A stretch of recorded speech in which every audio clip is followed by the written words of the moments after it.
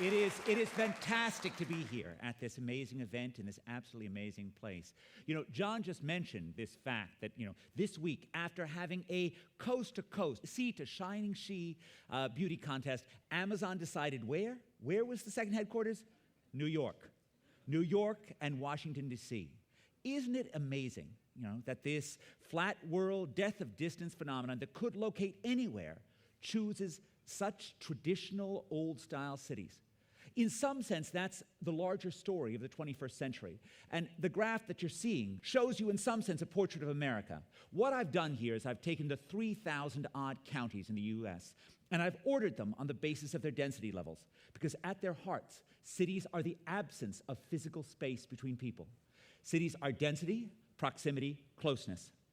What the bottom line shows is the relationship between density. Each one of those dots is 1/10 of America's counties, and it shows the relationship between density and earnings and productivity. The densest 10th of America's counties have earnings that are 50% higher than the least dense half of America's counties. Right? This is something economists call agglomeration economies. The fact that when you compare those countries that are more than 50% urbanized to those countries that are less than 50% urbanized, the more urbanized countries have on average incomes that are 5 times higher and infant mortality levels that are less than 1/3. Now, the top line shows a fact that might be more surprising to you, which is the relationship between population growth between 2000 and 2010 and initial population density levels. What you can see is the places that started being the most crowded only got more crowded. So whereas Americans at the start of the 19th century were leaving their dense enclaves on the eastern seaboard to populate the empty spaces between the oceans, at the start of the 21st century, instead of spreading out, we're clustering in. Of course, there are also some downsides for urban resurgence. For example, it's no longer nearly as cheap to live here as it used to be. This shows the relationship between price growth and distance from the center of the city, averaged across all of America, between 1996 and 2015. And what you're seeing is a big price tilt. So whereas in the 80s and the 90s, suburban living was hot, homes in the suburbs were expensive, over the past 20 years, what's happened is it's become increasingly expensive to find a place to live that you can actually afford in the heart of a thriving city. On one level, this shows people wanting to live in cities not just as places of production, but also places of consumption, places where it's fun and exciting to be. On another level, the lack of affordable housing is a major urban crisis that we face in the years ahead. One way of seeing America's shift is through this lens, which is joblessness among prime-aged males. Prime-aged is an official designation between being 25 years old and 54 years old. And as I increasingly head towards that upper limit, I want to note how offensive I find that. But that being said, over the past 50 years, there's been extraordinary revolution in the U.S., and maybe America's most troubling unsolved social problem, which is when I was born, less than 5% of prime-age males were jobless. For most of the past decade, more than 15% of America's prime-age males have been jobless. And they're not jobless everywhere equally. There is a ridge in America's eastern heartland that starts in Mississippi and Louisiana, runs up through Appalachia, and ends up in the cities of the northern Rust Belt, in which often joblessness rates are over 1 in 4. And it's easy, at least, to imagine what less advantaged Bostonians or New Yorkers are going to do in the future. It's easy to see they're being part of a vast entrepreneurial service economy. But what are we going to do in West Virginia? Right? And that in some sense paints the problem of the non-urban world, is in a world in which it's not about manufacturing anymore, it's about connections between people. What is the non-urban America going to do? Now, this relatively rosy view of cities was quite different from the New York City of my youth, where it seemed as if not just President Ford, but history itself was telling New York to drop dead, in which Boston seemed like it was a dinosaur, right, headed for the trash heap of history, in which in 1971, 2 jokers had put up a billboard on the highway leaving Seattle to ask the last person to leave the city to please turn out the lights. Because just as no one could imagine a Detroit with a smaller General Motors, no one could imagine a Seattle with a smaller Boeing.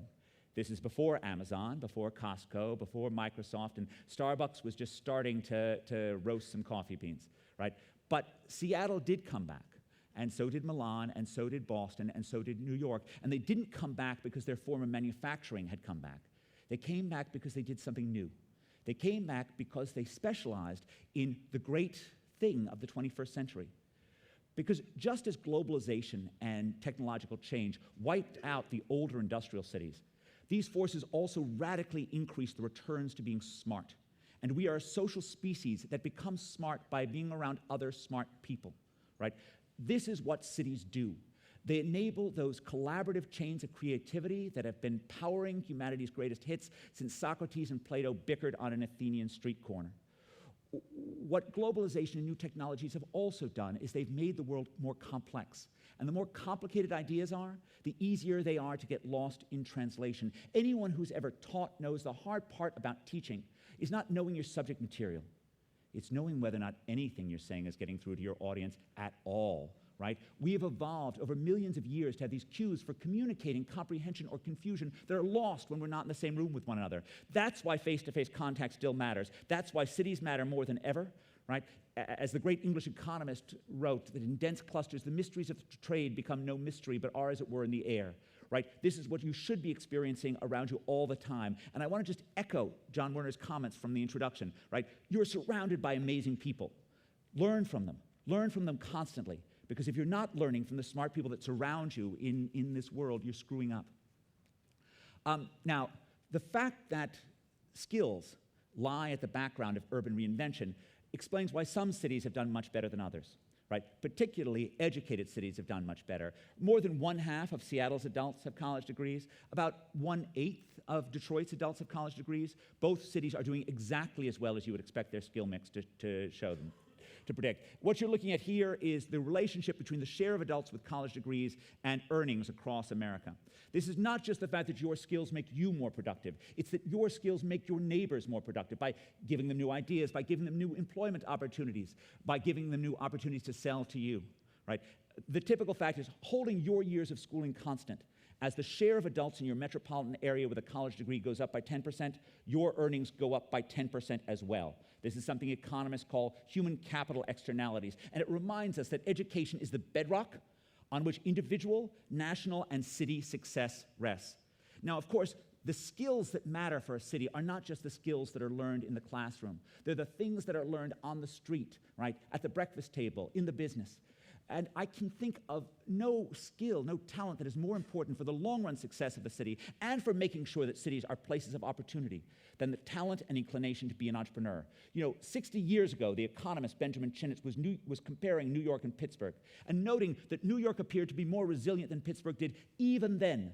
He argued that this was a legacy of New York's industrial history, of the garment trade, which was, in the 1950s, America's largest industrial cluster, larger than cars being produced in Detroit. But unlike those cars being produced in Detroit, the garment industry was a mother of entrepreneurship because anyone with a good idea and a couple of sewing machines could get started, and that entrepreneurial human capital proved to be fungible. Those entrepreneurs went on to start movie studios, to build skyscrapers, to start banks, and they were there to help reinvent New York when the garment industry faltered. By contrast, Pittsburgh had U.S. Steel. U.S. Steel trained company men who were great at solving short-run logistics problems, but were terrible at reinventing themselves when the steel industry faltered.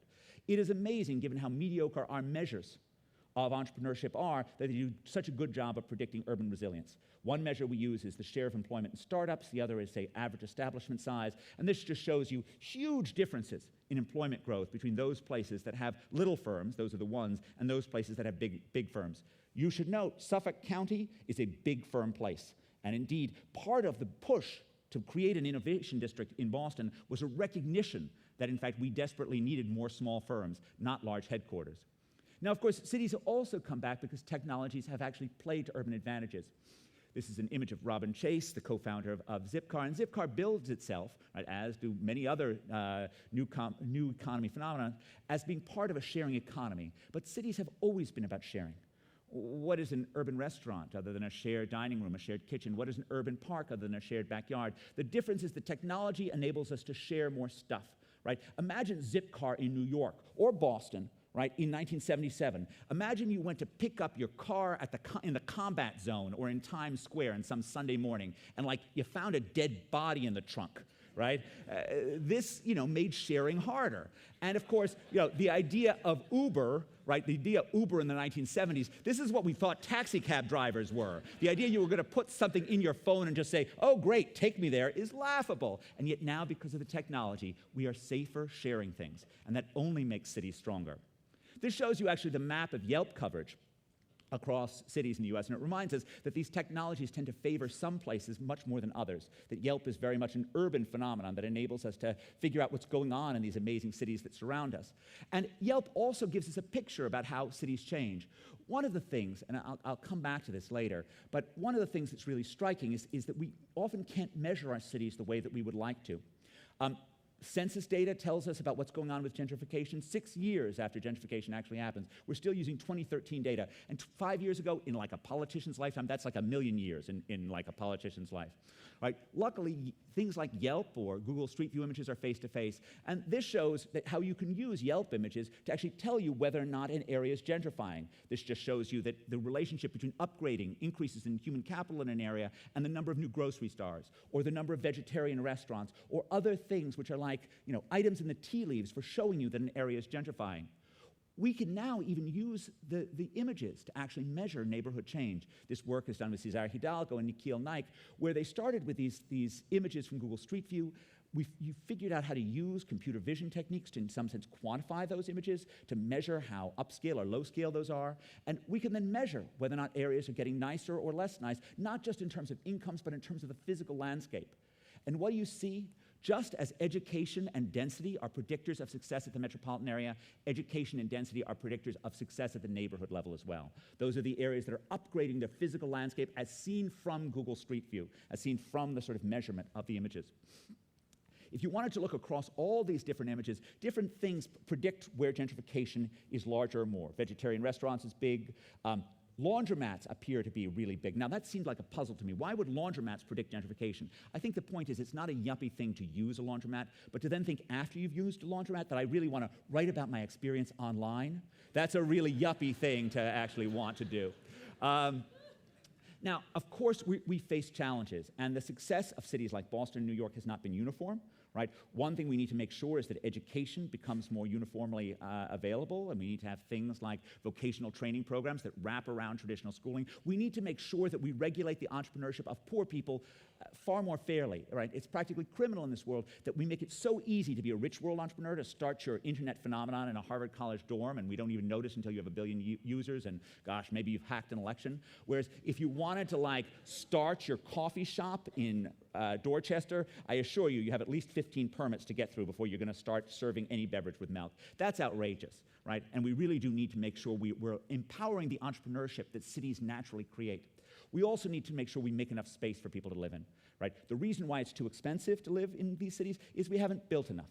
New York used to build 100,000 units a year in the 1920s, and the city stayed affordable despite huge demand for urban space. There are two dangers that every city falls into, one of which is monumentalism, building for the sake of building. This was post-war urban renewal. This is what we see in the images of Stan up there. But the other danger is NIMBYism, not in my backyardism, fighting hard to sort of prevent any change from going on. Cities need to protect their historic heritage, but there's also no repealing the laws of supply and demand. What this graph shows you is on the x-axis, on the horizontal axis is the amount of new building. Along the y-axis is the difference between price and the physical cost of building. What you see is the places that build a lot, like Houston or Austin or Dallas or Atlanta, aren't expensive. And the places that are expensive don't build a lot. Right? There's no repealing the laws of supply and demand. And the only way we can make sure that rich and poor people don't feel like they're in conflict with one another in cities is if we provide enough space for both of them to coexist peacefully, for both of them to find their dreams. And every time we say no to any new project, anytime we're saying no to any new project, we're saying no to families who want to find a brighter future in cities. I want to end with just one final story, which is it's often thought that cities are the enemy of the environment, and the opposite is true, right? That cities are actually, in many cases, the greenest thing we've got going. And I like to make this point with a story about a young Harvard College graduate who, on a beautiful spring day in 1844, went for a walk outside of Concord. And he did a little fishing, and the fishing was good because there hadn't been much rain lately. But when he came to cook the fish into a chowder, we cook chowders in Boston, right? That's what we do. President Kennedy would tell you that. The wind flicked the flames to the nearby dry grass. and a fire started, and it spread, and by the time it was a raging inferno that had destroyed a whole natural ecosystem. Hundreds and hundreds of acres of prime woodland was just decimated by this young man. Today, of course, he is somewhat oddly revered as the secular saint of American environmentalism, right? While the Concord Freeman in his own day called him a flibberty gibbet, which I think was pretty bad for 1844, today he is, of course, Henry David Thoreau, whose book Walden preaches a gospel of what a wonderful thing it is to live surrounded by nature. Now, surely it may have been wonderful for Thoreau to live surrounded by nature, but it doesn't seem that it was so wonderful for nature to be surrounded by Thoreau, as indeed his story reminds us that we are a destructive species. And often the best way to take care of nature is to stay away from it. And cities enable us to actually be good neighbors to nature, not to be bad neighbors. And together with Matthew Kahn, a USC environmental economist, we've measured carbon emissions in different parts of the country. And what you see should not surprise any of you. The places that look green are brown, the places that look brown are green. And I discovered this personally when I started acquiring small children about 12 years ago. That's how economists talk. We moved from one of those green areas not that far away from here to one of those brown areas not that far away from Walden Pond. And of course, I'm an economist. I believe in choice. I believe that everyone should be free to choose where they want to live. But let's not hamper our cities. Let's not hamper places where there's economic hope, where there's an ability to come up with new opportunities for anyone, where there's a possibility to envision the future that includes all Americans. And this doesn't mean that we need to artificially boost our cities, but let's not artificially restrict their growth with excessive land use restrictions. Let's not make it difficult for entrepreneurs to start businesses in these areas who want to. Let's not have policies that artificially encourage Americans to drive long distance by subsidizing highways. Let's not have federal housing policies that act as if the only possible way to achieve the American dream is behind a white picket fence in the suburb. Let's remember that America is, there's no reason why cities can't be an absolutely vital and critical part of an America that's open to everyone. Thank you.